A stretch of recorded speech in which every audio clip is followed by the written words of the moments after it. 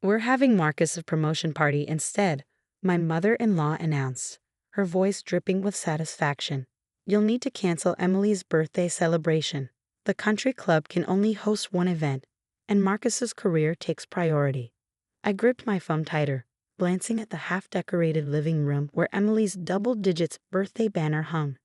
My daughter had been counting down the days until she turned 10, marking each morning off her calendar with stars and hearts. Diana, we've had this plan for months, I said, keeping my voice steady despite the anger building in my chest. Emily's invited her whole class. We've paid deposits. Oh, Margaret won't remember anyway. She's only turning 10. My sister-in-law Jessica chimed in from the background. Marcus made junior partner at the law firm. That's a real achievement. Her name is Emily, I corrected, though I knew it was pointless. They've been getting my daughter's name wrong for years, a subtle reminder that she wasn't really part of their perfect family picture. My name is Olivia Chen, and at 35, I'd spent the last 12 years trying to make my daughter feel included in a family that saw her as an afterthought. I married James Anderson believing love would be enough to bridge any family differences. Now, watching Emily carefully arrange her party favors, little science kits she'd helped me put together, I wondered how I'd been so naive. James agrees with us. Diana continued, her tone making it clear this wasn't up for discussion. The family needs to present a united front for Marcus's colleagues. You understand, don't you? Of course, James agreed. My husband had never been able to stand up to his family, always choosing the path of least resistance. Actually, I don't understand, I replied, and I'm not canceling Emily's party. Don't be difficult, Olivia. The country club's already changed the reservation. We used your deposit toward Marcus's party. It's done. I felt a cold calm settle over me as the pieces clicked into place. They hadn't just decided this. They'd planned it, deliberately waiting until the last minute to tell me. What they didn't know was that I'd been doing some planning of my own. How did you change the reservation? I asked, though I already knew the answer. The contract's in my name. Diana's pause was barely noticeable. James gave me the information. I am his mother, after all. I watched Emily laying out her party dress, the one she'd chosen specially because it matched the lab coat she wore at her science club. My brilliant, beautiful daughter deserved so much better than being pushed aside for the golden child's latest accomplishment. Well, then there's been a misunderstanding, I said pleasantly, because I changed venues 3 weeks ago. The country club was just a decoy. What are you talking about? Diana's voice lost its smug edge. Check your email. You should have received confirmation that Marcus's party has been canceled. The country club has strict policies about unauthorized reservation changes. They've blacklisted the Anderson family name for fraudulent booking practices. You can't do that. Jessica screeched in the background. I already did. Oh, and Diana? I checked the guest list for Emily's party. You might recognize some names, including several partners from Marcus's law firm. Turns out they're very interested in meeting the 10-year-old who won the state science fair with her project on corporate environmental responsibility. The silence on the other end was deafening. I continued, enjoying the moment. Emily's party is at the Natural Science Museum. They were thrilled to host it, especially after hearing about her project. The local paper is sending a photographer. This is ridiculous, Diana sputtered. James will never allow. James signed the permission forms for the museum himself. I interrupted.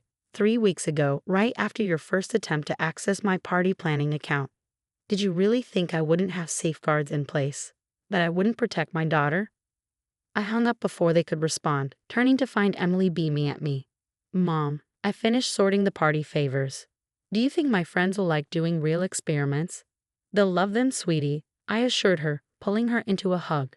Your party is going to be perfect. My phone started buzzing with texts from James's family, accusations, demands, guilt trips. I silenced it without reading them. They'd underestimated me for the last time, assuming I'd roll over and let them hurt my daughter again.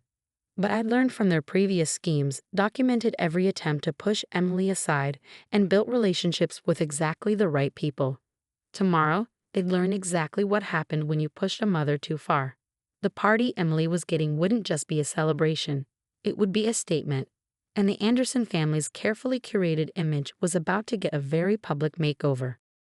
I looked at my daughter, happily arranging her science-themed decorations, completely unaware of the storm brewing in her father's family. She deserved this moment, this celebration of everything she was and everything she could become. For once, she would be the center of attention, her achievements recognized and celebrated.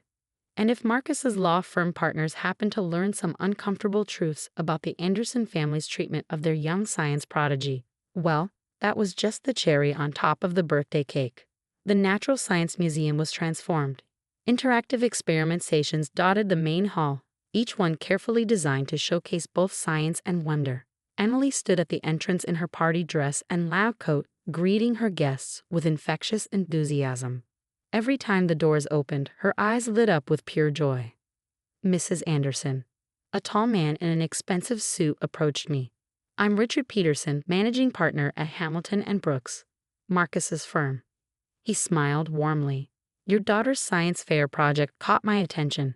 Environmental corporate responsibility isn't just impressive for a 10-year-old. It's exactly what our firm's been focusing on. Before I could respond, Diana and Jessica burst through the doors, with James trailing behind them, looking uncomfortable.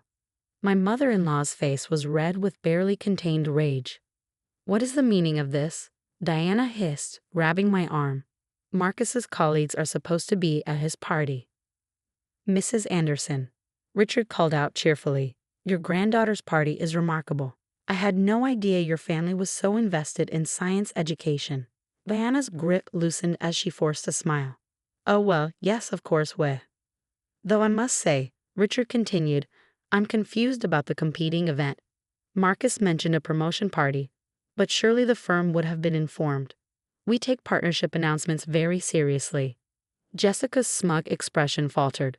Marcus is being made junior partner. It's practically confirmed. Richard's eyebrows rose. Is that so? Because partnership decisions won't be made for another 3 months, and unauthorized announcements are. He paused meaningfully, strongly discouraged. I watched the color drain from their faces as they realized the magnitude of their mistake. Not only had they failed to cancel Emily's party, but they'd also potentially jeopardized Marcus's career with their presumption. Look what my mom helped me set up.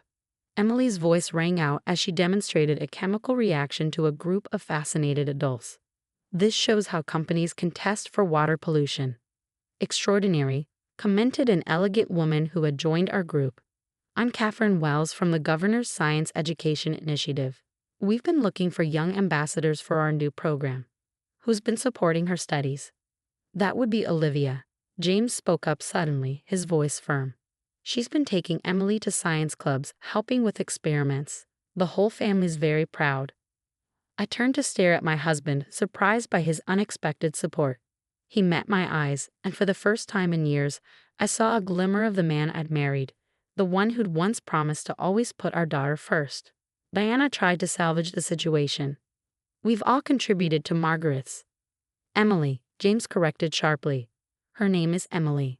The photographer from the local paper was circulating, capturing images of Emily's experiments and the impressed faces of Marcus's law firm colleagues.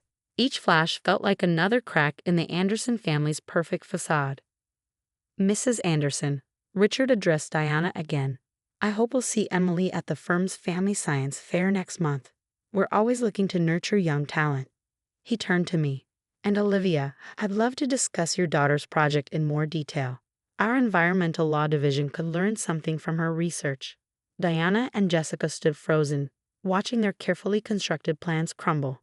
The promotion party they tried to force through had backfired spectacularly, turning instead into a showcase of Emily's achievements. James stepped closer to me, speaking quietly. I should have stood up to them sooner. I'm sorry. It's not me you need to apologize to, I replied, watching Emily demonstrate another experiment. He nodded, understanding. I know, and I will. Things are going to be different. As the party continued, it became clear that Emily wasn't just the center of attention, she was a star. Her genuine enthusiasm for science, combined with her ability to explain complex concepts simply, had charmed everyone. The museum's director had already asked about hosting her next project. Diana made one last attempt to regain control. Well, this has been lovely, but we should discuss Marcus's celebration. Oh, that won't be necessary, Richard interjected smoothly. Given the circumstances, I think it's best to wait until partnership decisions are actually made. Though I must say, unauthorized announcements don't reflect well on candidates. Jessica's face crumpled as she realized the implications. Marcus's premature promotion party hadn't just been canceled, it had potentially derailed his chances completely. "Mom," Emily called out, running over with excitement. "Can I show everyone the big experiment now?" I checked my watch and smiled. "Perfect timing, sweetheart." The lights dimmed and Emily, with the help of the museum staff, conducted a spectacular demonstration involving luminescent chemicals and renewable energy. The crowd gasped and applauded, their phones up to record the moment. "This is what real achievement looks like," James said loudly enough for his family to hear. "Not forced celebrations or fake promotions. Just pure talent and hard work." Diana, Jessica, and Marcus's carefully maintained image of family success had been replaced by something authentic, a young girl's genuine passion for science and the recognition she deserved. As Emily blew out her candles, surrounded by admirers both young and old, I caught Diana's eye across the room. She looked away first, perhaps finally understanding that her days of controlling and diminishing our family were over. The party wasn't just a celebration of Emily's 10th birthday. It was a declaration of independence from the Anderson family's manipulations. And judging by the business cards being pressed into my hands by impressed professionals, it was just the beginning of Emily's rise and her grandmother's fall from grace. The fallout from Emily's birthday party was swift and far-reaching. Within a week, Marcus was called into a partners' meeting at his law firm to explain his premature promotion announcement. Diana's carefully cultivated social media image of the perfect family matriarch crumbled as videos of Emily's science demonstration went viral, with comments questioning why such a talented child had been deliberately excluded from family events. I sat in my home office, reviewing emails from the governor's science education initiative about Emily's new role as a youth ambassador when James walked in looking troubled. "Marcus didn't make partner," he said quietly. The firm felt his judgment was questionable after the party incident. "Mom's not taking it well." "I can imagine," I replied, remembering Diana's countless social media posts about her son's inevitable success. "How's Marcus handling it?" "He moved back home. Jessica too. They're blaming us for ruining everything." James ran a hand through his hair. "Though Mom's latest theory is that you orchestrated this whole thing from the start." I couldn't help but laugh. "She gives me too much credit. I didn't orchestrate anything. I just stopped letting them hurt our daughter." My phone buzzed with another message from Catherine Wells about Emily's upcoming presentation at the State Science Conference. The same conference where, last year, Diana had told Emily to stop showing off when she tried to explain her project to family members. "They want to see you," James continued, "to discuss the situation, as Mom puts it." I closed my laptop and turned to face my husband. "No, I'm done with their family meetings and manipulations. If they want to see Emily, they can start by learning her name and showing genuine interest in her achievements." James nodded, and I saw new resolve in his expression. I told him the same thing. "Mom didn't like it. She threatened to remove us from the family will." "Let me guess. Right after she mentioned Marcus needs financial help after losing the partnership." "Got it in one." He sat down heavily. "I should have seen it sooner. The way they always pushed Emily aside. How they used money to control everyone. I was so used to giving in, I couldn't see what it was doing to our daughter." A knock at the door interrupted us. Emily bounded in, clutching a letter. "Mom. Dad. The Science Museum wants me to help design their new children's program. Can we celebrate?" James swept her up in a hug. "Of course we can, sweetheart. I'm so proud of you. Can we invite Grandma and Aunt Jessica?" Emily asked innocently. "Maybe they'd like to learn about science too." I exchanged glances with James, seeing the same pain in his eyes. Our daughter was still willing to share her joy with people who had repeatedly rejected her. "How about we invite Dr. Peterson and Mrs. Wells instead?" I suggested. "They've been asking about your next project." Emily's face lit up. "Really? Dr. Peterson said his daughter loves science too. Can she come?" "Already making connections," James murmured proudly. "That's my girl." My phone buzzed again, Deanna's name flashing on the screen. I declined the call and blocked the number. Let her sit with the consequences of her actions for once. Later that evening, as Emily showed us her plans for the museum program, my email pinged with a message from Jessica. The subject line read, "You've ruined this family." I opened it, ready for more accusations, but what I found was different. "Marcus lost everything because of you. Mom's a mess. The country club is whispering about us. Happy now? You and your precious little scientist have destroyed our family's reputation. I hope you know this isn't over." I forwarded the email to my lawyer without replying. They still didn't understand, or didn't want to understand, that they had done this to themselves. Their actions at Emily's birthday party had simply revealed their true nature to the world. "Mom," Emily's voice pulled me back to the present. "Can you help me with this part of the presentation?" "Of course, sweetie." I joined her at the table, watching as she confidently explained complex scientific concepts. My daughter wasn't just surviving despite her father's family's attempts to diminish her, she was thriving. A week later, the local paper ran a feature on Emily's new role at the museum. The comments section filled with praise for her intelligence and poise. One comment stood out: "Watching this young scientist explain environmental responsibility to adults twice her age was inspiring. The Anderson family must be so proud." Diana had always cared about public image above all else. Now her family's name was associated with Emily's success they had tried to prevent. It was a sweeter revenge than anything I could have planned. James hung the article in his office, right next to Emily's science fair ribbons. When his mother called to complain, he finally said what he should have said years ago. "My daughter deserves better than what this family has given her. If you can't support her success, you don't need to be part of it." Emily's next birthday would be different, not because of elaborate revenge plans or public celebrations, but because she would be surrounded by people who genuinely celebrated her achievements. And if her grandparents and aunt chose to stay away, well, that would be their loss. Sometimes the best revenge isn't about getting even. It's about rising above and showing everyone exactly what they tried to hold back.